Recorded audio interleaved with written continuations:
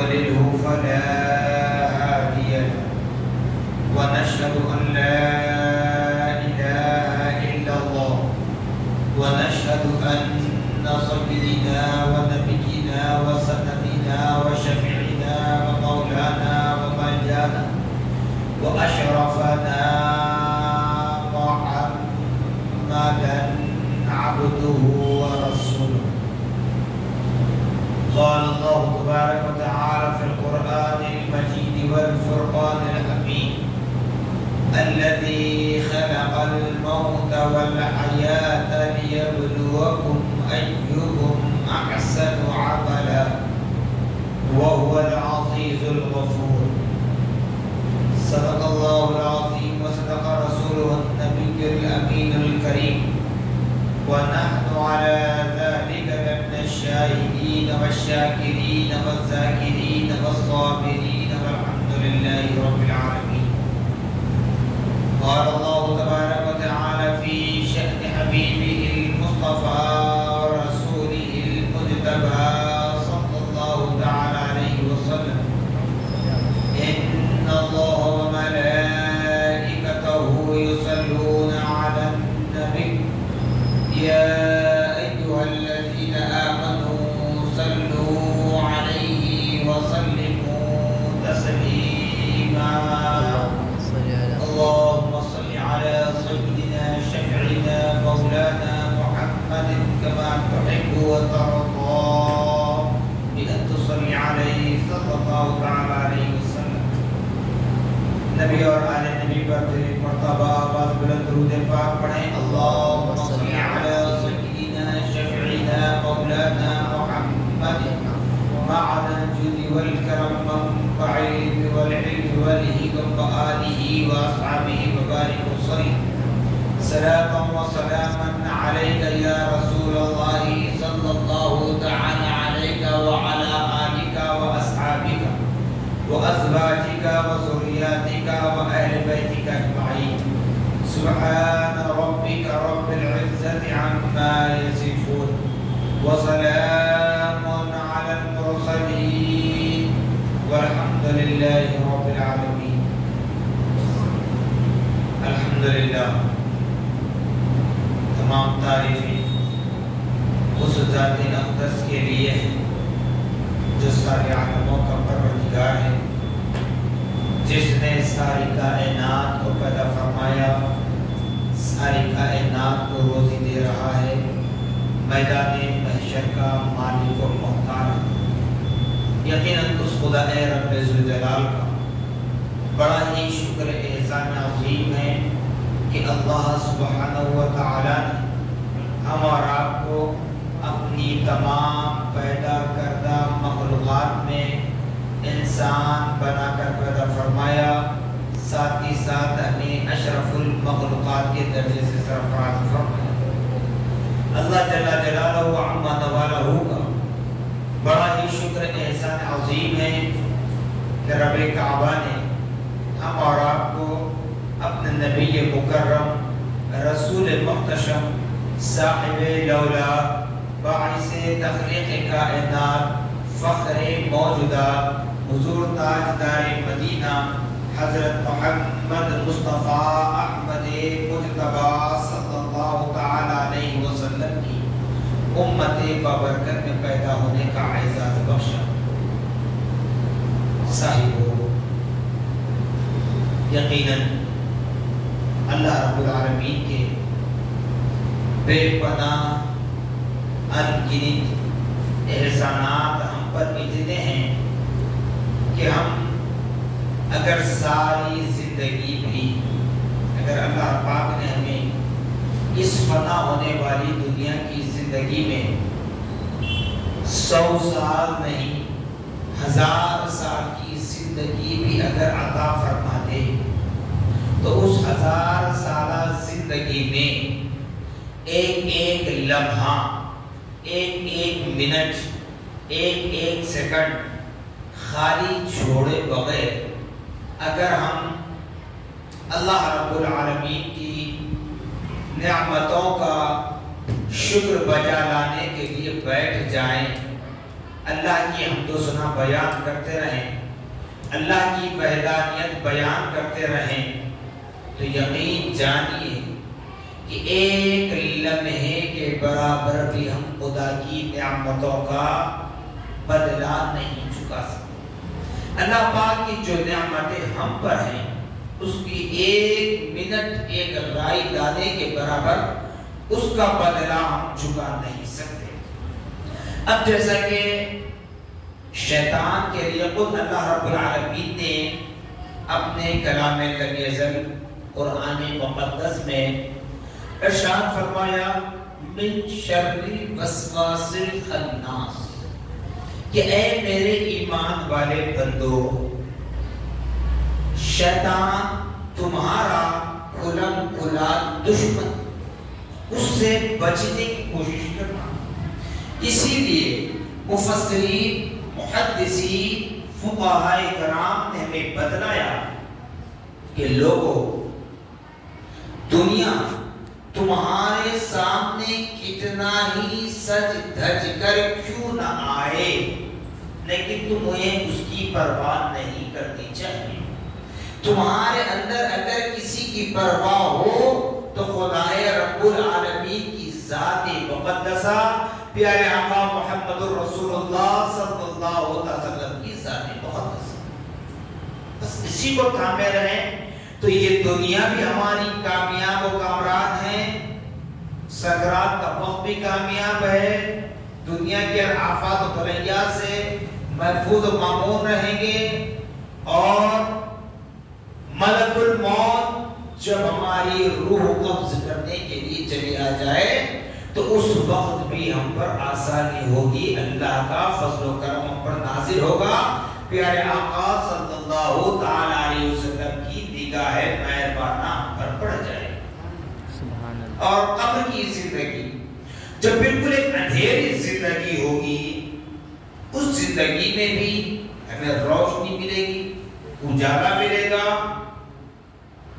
تا حد نظر۔ تو یاد رکھ لیں، یہ اجالا، یہ روشنی، یہ قبر کی چوڑی ہونا، تا حد نظر اس کو اللہ کی نعمتوں کا حاصل ہونا اپنی قبر میں بھی، تو یہ ہمارے چند عبادات کی وجہ سے، چند سجدوں کی وجہ سے، چند روزے، زکوٰۃ، حج، قربانی، سخاوت کی وجہ سے نہیں، بلکہ پیارے آقا محمد رسول اللہ صلی اللہ تعالی علیہ وسلم کے نالے کا صدقہ، کیونکہ اللہ پاک نے ہمیں جو زندگی عطا فرمائی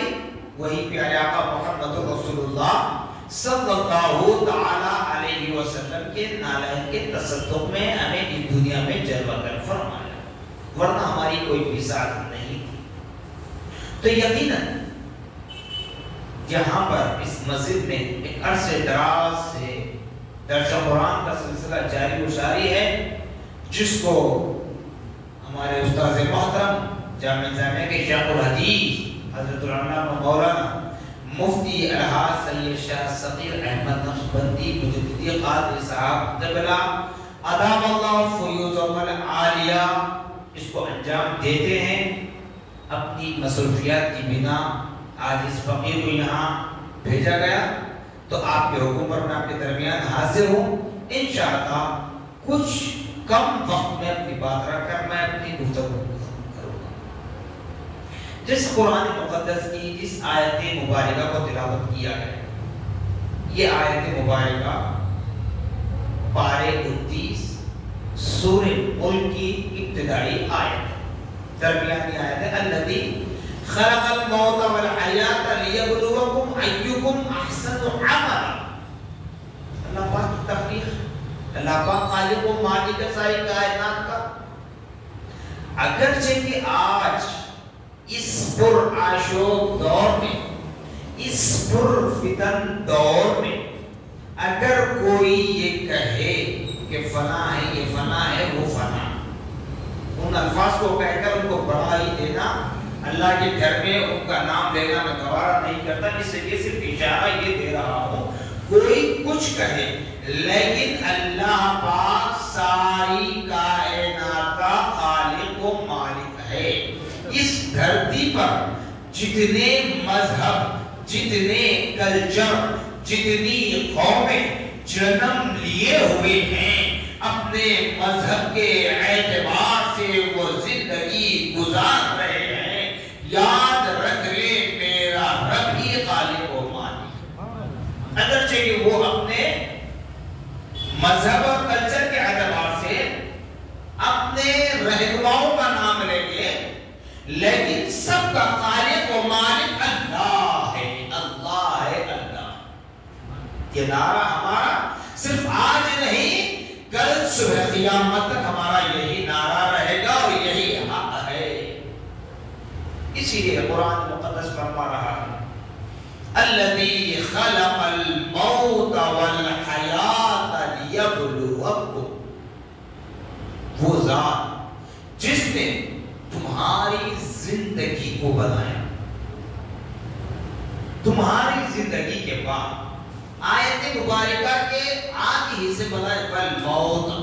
اور تمہاری زندگی کے ساتھ تمہاری موت کو بنایا۔ کیوں؟ لیبلوکم، تاکہ تمہیں آزمایا جائے، تمہارا امتحان لیا جائے، تم کو پرکھا جائے۔ ایکم احسن عملا، جو اللہ رب العالمین یہ دیکھنا چاہتا ہے کہ تمہارے اندر کون ایسا شخص ہے، چاہے مرد ہو، عورت ہو، بچہ ہو، بچی ہو، بوڑھا ہو، کوئی، تمہارے اندر کون ایسا ہے، وہ کون سے نفوس ہیں جن کے اندر حسن عمل۔ اب حسن عمل سے مراد یاد رکھیں، جس طرح ہم دنیا کے کسی فنکشن میں، کسی تقریب میں جاتے ہیں تو کس طرح اپنے آپ کو سج دھج کر اچھے سے اچھا لباس زیب تن کر کے جاتے ہیں۔ کیوں؟ تاکہ لوگوں میں ہماری عزت ہو، ہمیں وی آئی پی سیکشن میں بٹھایا جائے، لوگ ہمارے لباس کو، ہمارے آئیڈینٹیفٹی کو دیکھ کے یہ جان لیں کہ یہ وی آئی پی ہے۔ تو ایسے ہی اللہ رب العالمین کی بارگاہ میں اپنے آپ کو مقرب بنانا ہے، تو اے ایمان والو، یہ دنیا میں تمہیں موقع دیا جا رہا ہے، اس دنیا میں تمہیں موقع دیا جا رہا ہے کہ اپنے اندر ان اعمال کو پیدا کریں، یعنی ایسے اعمال کریں جس سے اللہ بھی راضی ہو، رسول اللہ بھی راضی ہو۔ سبحان اللہ، سبحان اللہ بھی راضی ہو، رسول اللہ بھی راضی ہو۔ اگر اس آیت مبارکہ کی تفسیر اور شان نزول کے اعتبار سے اگر بات کروں تو یاد رکھیں، صرف نماز پڑھنا یہ حسن عمل نہیں کہلاتا، صرف نماز سے نہیں، کیونکہ نماز ایک ظاہری عمل ہے۔ آپ حالت قیام میں ہیں، رکوع میں ہیں، سجدے میں ہیں، سجدے میں جا رہے ہیں، سجدے سے اٹھ رہے ہیں، جلسے میں بیٹھ رہے ہیں، قاعدے میں بیٹھ رہے ہیں، قاعدے سے اٹھ رہے ہیں، سلام پھیر رہے ہیں۔ اگر کوئی دور سے آپ کو دیکھ لے تو وہ سمجھ جاتا ہے کہ نماز پڑھ رہے ہیں، کیونکہ یہ عمل نماز نہیں ہوتا۔ تو نماز فرض ہے ہم پر۔ میدان محشر میں بتایا جاتا ہے کہ میدان محشر میں سب سے پہلے اگر کسی چیز کا سوال ہوگا میدان محشر، قبر میں نہیں، میدان محشر، تو وہ نماز، اور نماز اللہ اور اس کے رسول مکرم صلی اللہ علیہ وسلم کے قریب کر دینے والی عبادت۔ نماز پیارے آقا صلی اللہ علیہ وسلم ارشاد فرماتے ہیں جنت کی کنجی ہے، جنت کا دروازہ، جنت کا لاک آپ کے ہاتھ میں ہے، لیکن اس جنت کے دروازے کو کھولنے کے لیے چابی کی ضرورت ہے، تو وہ نماز ہے۔ پھر نماز کے لیے بتایا جاتا ہے مسلمان اور غیر مسلمان کے درمیان حد فاصل نماز، حد فاصل نماز ہے، فرق کرنے والی چیز۔ اگر یوں سمجھیں جیسے عام طور پر رمضان المبارک کے موقع پر جو افطار پارٹیاں ہوتی ہیں وہاں غیر مسلم بھائی افطار پارٹی میں کھڑے ہوں جو بڑے پوسٹ کے ہوتے ہیں تو وہ بھی کیا کرتے ہیں تعظیماً، اگرچہ لوگوں کو خوش کرنا ہے، مسلمانوں کا دل جیتنا ہے، تو ایسے وقت میں کیا کرتے ہیں وہ آپ کے ساتھ آپ کی صف میں کھڑے ہو جاتے ہیں، لیکن ایکشن تو ضرور کرتے ہیں، وہ طریقہ نہیں رہتا، وہ اخلاص نہیں رہتا، تو ایکشن کا نام نماز نہیں ہے، بلکہ نماز خدا کے لیے پڑھی جانے والی چیز ہے۔ تو ساتھ میں نماز تو بہت ضروری ہے، لیکن نماز پڑھ کر کوئی یہ نہیں کہہ سکتا کہ میں نمازی ہوں، مجھ سے اللہ راضی ہے۔ کیوں کہ نماز سے پہلے قرآن مقدس اٹھا کر پڑھو بدعتی باتیں میں ملتی ہے، جیسے بتایا جاتا ہے کہ یا ایھا الذین آمنوا استعینوا بالصبر والصلاۃ ان اللہ مع الصابرین۔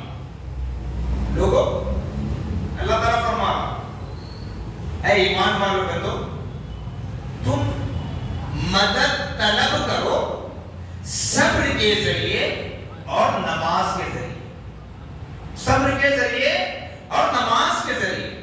جب ساتھ رہنے کی بات آئی تو اللہ پاک فرمایا ان اللہ مع الصابرین، میں صبر کرنے والوں کے ساتھ ہوں۔ سبحان۔ نماز کے اتنے بڑے بڑے فضائل بتائے گئے، اتنے بڑے بڑے درجات بتائے گئے، لیکن اللہ تبارک و تعالیٰ خود فرما رہا ہے میں ساتھ ہوں صبر کرنے والے کے، صبر کرنے والے کے۔ اگر یہ بات اگر ہم سمجھ لیں صبر اور نماز میں کیا فرق ہے، اللہ تعالیٰ فرما رہا ہے نماز کا یہ بدلہ ہے، نماز میرے قریب کر دیتی ہے۔ بلکہ آپ کو یہ بات بتا دوں کہ نماز جب ہم ادا کرتے ہیں، حالت سجدہ میں جب ہم ہوتے ہیں، اللہ پاک کی جانب سے یہ بشارت دی جاتی ہے، یہ خوشخبری سنائی جاتی ہے کہ بندہ جتنی دیر اپنے ماتھے کو میری بارگاہ میں ٹیک کر سبحان ربی الاعلی، سبحان ربی الاعلی، سبحان ربی الاعلی یہ تسبیح دہراتا رہے گا، تو اللہ تعالیٰ فرما رہا ہے کہ یہ بظاہر ایک تسبیح ہے، بظاہر ایک جملہ ہے، بظاہر ایک سنٹینس ہے، بظاہر اس کا معنی اللہ کی پاکی بیان کرنا ہے، اللہ کی وحدانیت بیان کرنا ہے، اللہ کی سمجھیت بیان کرنا ہے، اللہ کے بے نیاز ہونے کو بیان کرنا ہے، اللہ کے وحدہ لا شریک ذات ہونے کو بیان کرنا ہے، اللہ کو اعلیٰ بیان کرنا ہے، اللہ کو اکبر بیان کرنا ہے، اللہ کو اعظم بیان کرنا ہے۔ ساری دنیا میں اگر کوئی ذات ہے قابل تعظیم تو وہ خدا بندی ہے، اللہ پاک کی ذات ہے۔ بظاہر یہ جملہ استعمال ہوتا ہے، لیکن قربان جاؤ اے ایمان والو، قربان جاؤ اے امت محمدیہ، قربان جاؤ اے عاشق اولیاء اللہ۔ اللہ تعالیٰ فرماتا ہے کہ جب بندہ اپنے ماتھے کو زمین پر رکھ کر میری رضا کے لیے سجدہ کرتا ہے، سبحان ربی الاعلی پڑھتا جاتا ہے، تو صرف تسبیح نہیں ہے بلکہ بندہ مجھ سے کلام کرتا ہے، مجھ سے باتیں کرتا ہے، مجھ سے باتیں کرتا ہے۔ تب سوچئے ایمان والو، نماز ہم پر فرض ہے، ہم اپنا فرض ادا کر رہے ہیں، ہم کو جو طریقہ بتایا گیا پیارے آقا صلی اللہ تعالی علیہ وسلم نے ہی ہم کو طریقہ بتلایا کہ رکوع میں سبحان ربی الاعلی پڑھا جائے، تو ہم تو اپنا فرض ادا کر رہے ہیں، لیکن اللہ پاک فرما رہا ہے کہ بندہ جتنی دیر سجدے میں رہ کر سبحان ربی الاعلی پڑھتا ہے وہ مجھ سے بات کرتا ہے، اتنا بڑا درجہ، اتنا بڑا درجہ اللہ۔ مگر جب ساتھ رہنے کی بات آئی تو اللہ تعالیٰ کیا فرما رہا ہے ان اللہ مع الصابرین، میں ساتھ ہوں صبر کرنے والوں کی۔ کیوں فرمایا؟ کیوں فرمایا؟ اس لیے ضروری نہیں کہ ہر نماز پڑھنے والا صابر ہو،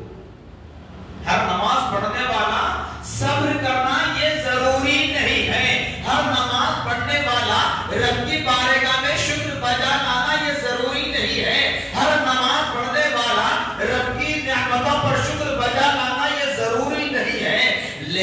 جو صبر کرتا ہے وہ نمازی ہوتا ہے، جو صبر کرتا ہے وہ صائم ہوتا ہے، جو صبر کرتا ہے وہ سخی ہوتا ہے، جو صبر کرتا ہے وہ اولیاء کا عاشق ہوتا ہے، جو صبر کرتا ہے وہ رسول اللہ کا عاشق کہلاتا ہے، جو صبر کرتا ہے وہ اللہ کا نیک بندہ کہلاتا ہے، جو صبر کرتا ہے وہ اللہ کے محبوبین میں شامل ہوتا ہے۔ وہ کون ہے؟ وہ کون ہے؟ ہماری عبادات تو اپنی جگہ، ہمارا صبر اپنی جگہ۔ قرآن ان لوگوں کے لیے بشارت دے رہا ہے جنہوں نے ہمیں یہ اعمال کر کے عملی جامہ پہنا کر ہمیں بدلایا۔ پیارے آقا محمد رسول اللہ صلی اللہ علیہ وسلم،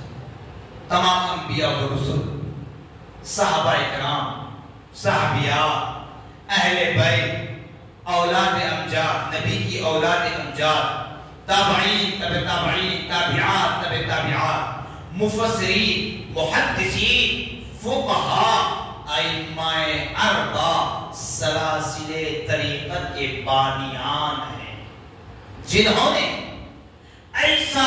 صبر اپنے اندر پیدا کیا کہ ان کے صبر سے اللہ تعالیٰ راضی ہو گئے۔ تبھی تو قرآن فرما رہا ہے ان اللہ مع الصابرین،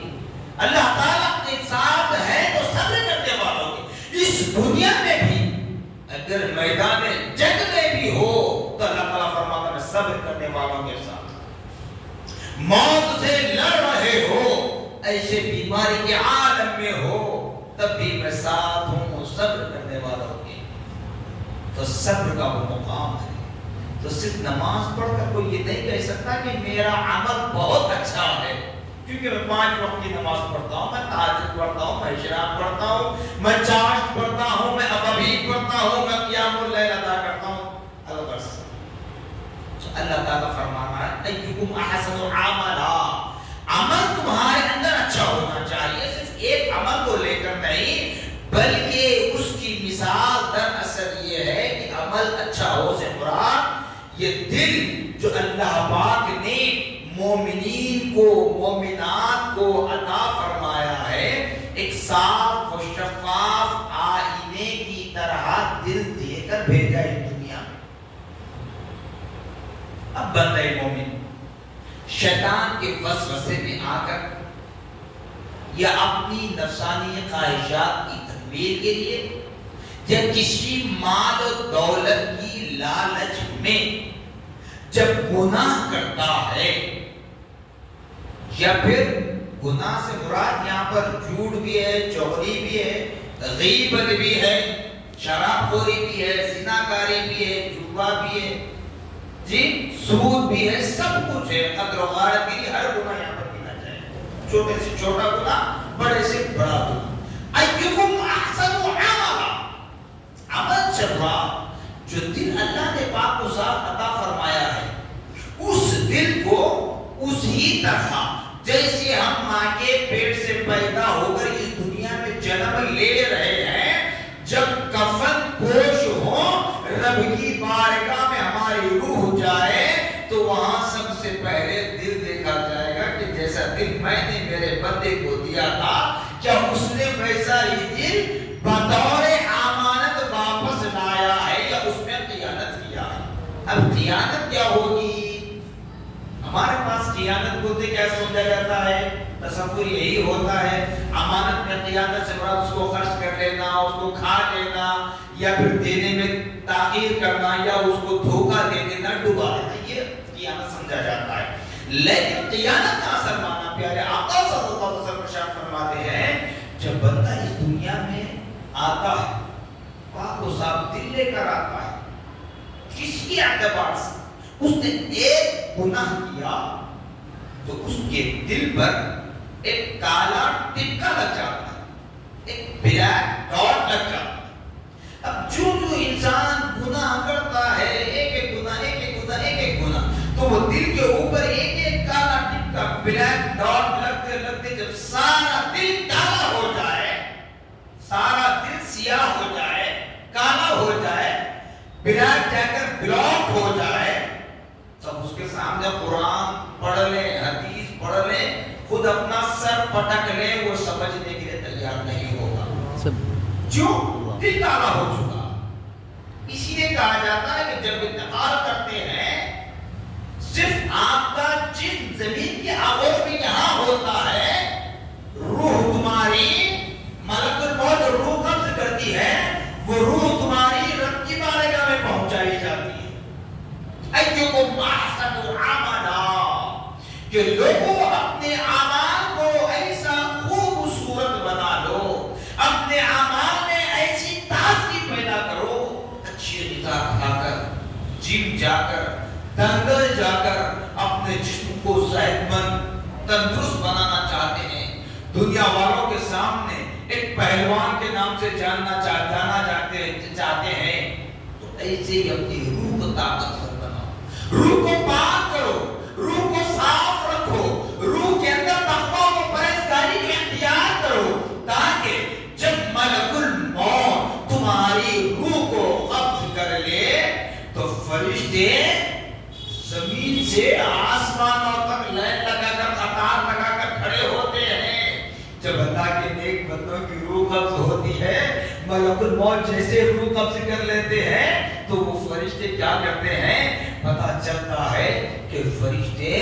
بھاری بھاری ایک دوسرے پر سبقت لے جاتے ہیں کہ اس پاک روح کو خدا کی بارگاہ میں ہم پہنچائیں گے، اس پاک روح کو خدا کی بارگاہ میں ہم پہنچائیں گے۔ تو قرآن یہی کہہ رہا ہے، اے ایمان والے بندو، اپنی روح کو اتنی طاقتور بناؤ، اتنا پاک و صاف بنا لو، اتنا متقی پرہیزگار بنا لو کہ جب ملک الموت تمہاری روح قبض کر لے تو فرشتے بھی تمہاری روح خدا کی بارگاہ تک پہنچانے کے لیے تڑپتے رہیں، قطار میں لگ جائیں، ایک دوسرے پر سبقت لے جائیں۔ اس طرح اپنے اندر اعمال پیدا کرو، صرف دنیا داری کے لیے نہیں۔ نماز ایک ظاہری عمل ہے جو اللہ نے فرمایا میں ساتھ ہوں صبر کرنے والوں کے، تو اللہ کی نعمتوں پر شکر بجا لاؤ۔ کوئی مصیبت آ جائے تب بھی شکر بجا لانا، چاہے باپ کا انتقال ہو جائے، ماں کا انتقال ہو جائے، شادی شدہ ہے تو بیوی کا انتقال ہو جائے، بچوں کا انتقال ہو جائے، بہن کا انتقال ہو جائے، بھائی کا انتقال ہو جائے، سب ایک کے بعد دیگر، ایک کے بعد دوسرے دن، تیسرے دن، چوتھے دن ایسی مصیبتیں اگر چلی آ جائے اس پر بھی شکر بجانا ہے، اور مال کا نقصان ہو تب بھی شکر بجانا ہے، جان کا نقصان ہو تب بھی شکر بجانا ہے، بالآخر اپنی جان بھی اگر چلی جائے تب بھی رب کا شکر بجانا ہے۔ تو یقین جانیے کہ فرشتے تمہارے ایک ایک قدم پر تمہارے لیے درجات کی بلندی کی دعا، سبحان اللہ، تمہارے ماں باپ، تمہارے بھائی بہن، تمہارے رشتہ دار، دوست، احباب صرف مقصد کی دعا کرتے ہیں، لیکن فرشتے ہیں کہ تمہارا جنازہ جوں ایک ایک قدم آگے بڑھتا ہے تمہارے درجات کی بلندی کے لیے دعا کرتے ہیں، کیونکہ یہ بڑا صابر ہے، یہ بڑا شاکر بندہ ہے۔ کیوں؟ اس لیے کہ اللہ تعالیٰ فرماتا ہے جب بندہ میری کبریائی بیان کرتا ہے، میری پاکی بیان کرتا ہے، میری بڑائی بیان کرتا ہے، تو میں اس کا نام اپنی نورانی مخلوق فرشتوں کے درمیان ذکر کرتا ہوں کہ میرا بندہ میری بڑائی، میری پاکی بیان کر رہا ہے، اور مصیبتوں میں بھی مبتلا ہو کر نہ کوئی نماز چھوڑ رہا ہے، نہ کوئی روزہ چھوڑ رہا ہے، نہ کوئی حسن عمل چھوڑ رہا ہے، اور صبر کے دامن کو بڑے مضبوطی کے ساتھ تھاما ہوا ہے۔ اے میرے فرشتوں، گواہ رہنا کہ میں میرے بندے کے اس عمل سے خوش ہوں، سبحان اللہ، میں اس کی مقصد کرنے کا وعدہ کرتا ہوں۔ سبحان وَهُوَ الْعَزِيزُ الْغَفُورُ، اللہ تعالیٰ تو معاف کرنے کا وعدہ فرمایا ہے، بالکل معاف فرمائے گا، لیکن توبہ و استغفار ضروری ہے۔ توبہ کیسی؟ بالکل آخر بات بتا رہے ہیں، توبہ کیسی؟ ایسا نہیں کہ ہم نے نماز مغرب پڑھ لی، توبہ کر لی، پھر مسجد سے باہر نکلے، پھر وہی گناہ کے کام کریں گے، کسی اعتبار سے کوئی گناہ، تو یہ توبہ نہیں ہوگی۔ لوگ یہ سوچ کر بیٹھ جاتے ہیں اللہ ہمیں معاف کرنے والا ہے، یقیناً معاف کرنے والا، کس نے کہا معاف نہیں کرنا؟ رسول اکرم صلی اللہ علیہ وسلم شفاعت کرنے والے ہیں۔ ارے بابا تم مانے یا نہ مانے، اللہ پاک نے شفاعت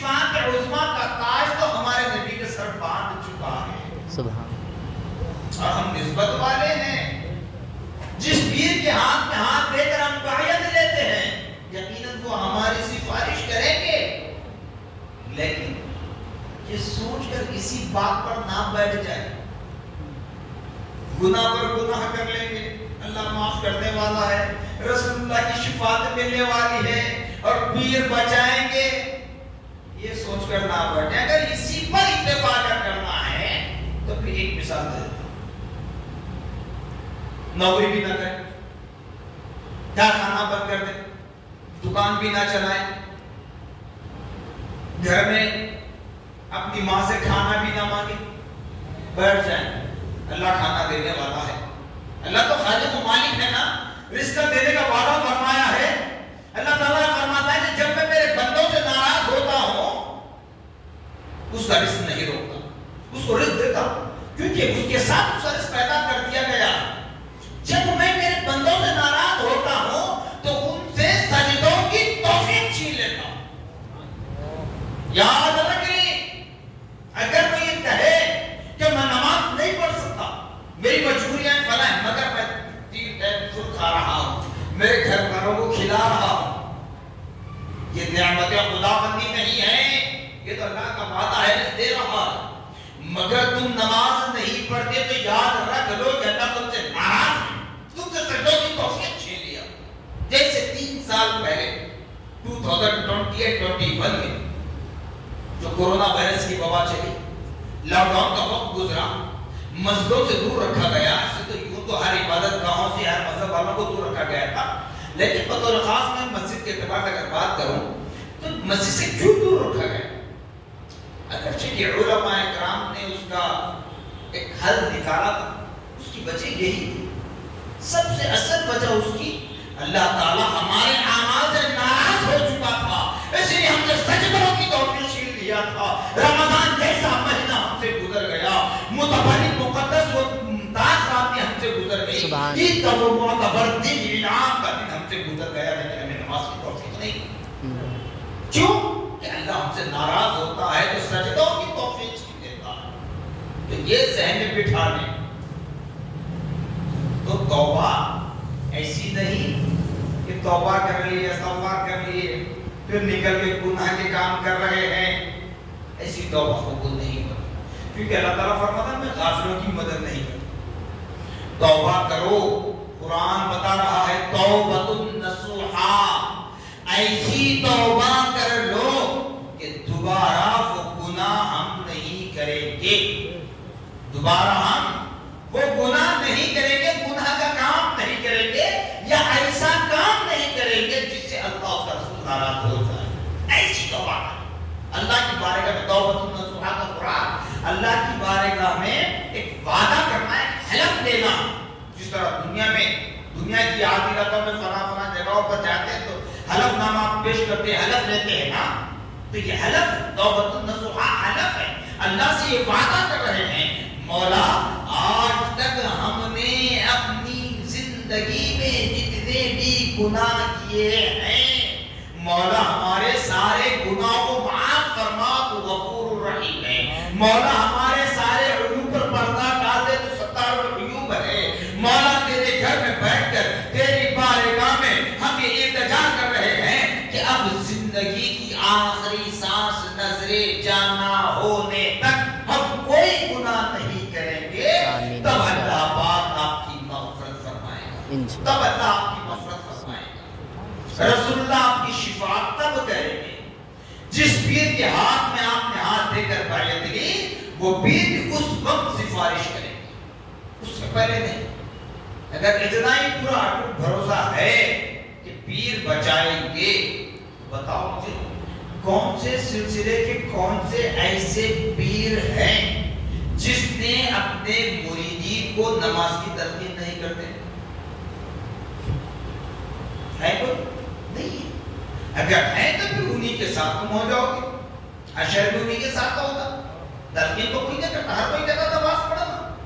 گناہ پر گناہ کریں گے، نماز نہیں پڑھیں گے، کچھ نہیں کریں گے، پھر بولیں گے اللہ معاف کرنے والا ہے. ہوتا بھائی ایک بچہ چھوٹے سے بڑا ہوا، نوجوانی کی عمر کو پہنچ گیا، یہاں تک کہ شادی کی عمر کو پہنچ گیا، کچھ نہیں کرتا تو ماں باپ کیا کہتے ہیں؟ کیا کہتے ہیں؟ جب کچھ کر نہیں پاتا تو شادی کیسے کرے گا؟ اب تک ہمیں تجھ کو پالا، اب شادی کرنے کے بعد کیا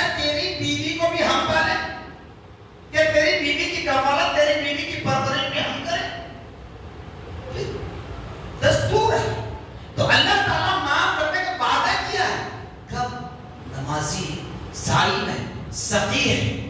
اللہ اس کے رسول کا مطیع و فرما بردار ہے، صحفن بائی مسٹیک اگر اسے کوئی غلطی ہو، اگر کوئی گناہ ہے کبیرہ کا عمل ہو تو ایسے گناہ کو معاف کرنے کا وعدہ کیا۔ ورنہ اگر ہم کہیں گے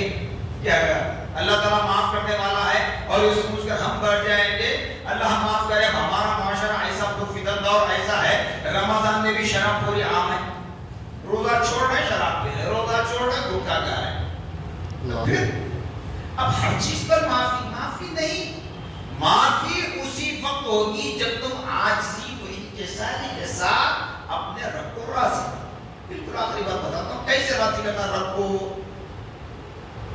دودھ پیتے لڑکے کی مثال، 6 مہینے سال بھر کا بچہ ہے، رات کا وقت ہے، ماں اور باپ والدین کی گہری نیند ہو رہی ہے، ایسے سمے میں جب بچہ بول نہیں پاتا، 6 مہینے کا بچہ کیا بولے گا، تو وہ بھوک کی شدت میں کیا کرے گا، منہ سے بولنے کی طاقت نہیں ہے، وہ وقت نہیں آیا اس کے بولنے کا، زبان ہے بول نہیں سکتا، ایسے سمے میں کیا کرے گا، وہ زور زور سے رونے لگے گا، اس طرح روئے گا کہ ماں کی دل بھی بیدار ہو جائے گی اور باپ کی دل بھی بیدار ہو جائے گی، باپ بھی اپنے سینے سے چپٹائے گا، ماں بھی اپنے سینے سے چپٹا کر اسے دودھ پلائے گا، پھر آرام سے سلائے گا۔ تو اے بندو اپنے رب کو راضی کرنے کے لیے اس دودھ پیتے بچے کی طرح آہو بھگا کر کے گریہ بیزاری کر کے زارو قطار ہو کر اپنے رب کو راضی کریں، اپنے گناہوں کی مغفرت کروا لیں، اس سے پہلے کہ ہماری نماز پڑھی جائے، اس سے پہلے کہ ملک الموت ہماری روح قبض کر لے۔ کیوں؟ ایسے لیے کہ جب ہم اس دنیا سے چلیں تو لوگ کہیں اللہ والے کا جنازہ جا رہا ہے، سبحان اللہ، سبحان اللہ، کا جنازہ جا رہا ہے، یہ اگر سننا چاہتے ہو تو اس دنیا میں رہ کر اللہ پاک کی رضا و خوشنودی کے لیے عمل صالح کرنے کی کوشش کریں، اللہ اس کے رسول کی اطاعت گزاری فرما برداری کریں، انشاءاللہ اللہ سے جب بھی ہم مانگیں گے وہ دینے کے لیے بیٹھا ہوا ہے، ہم جب بھی مانگے جتنا مانگے حساب سے مانگتے ہیں، لیکن اللہ پہ حساب دینے والا ہے، بس رب کی بارگاہ سے مانگے، رسول اکرم صلی اللہ علیہ وسلم کو وسیلہ بنا، بغیر وسیلہ محمد رسول اللہ کی ہماری دعائیں رب کی بارگاہ میں ناقابل قبول ہیں۔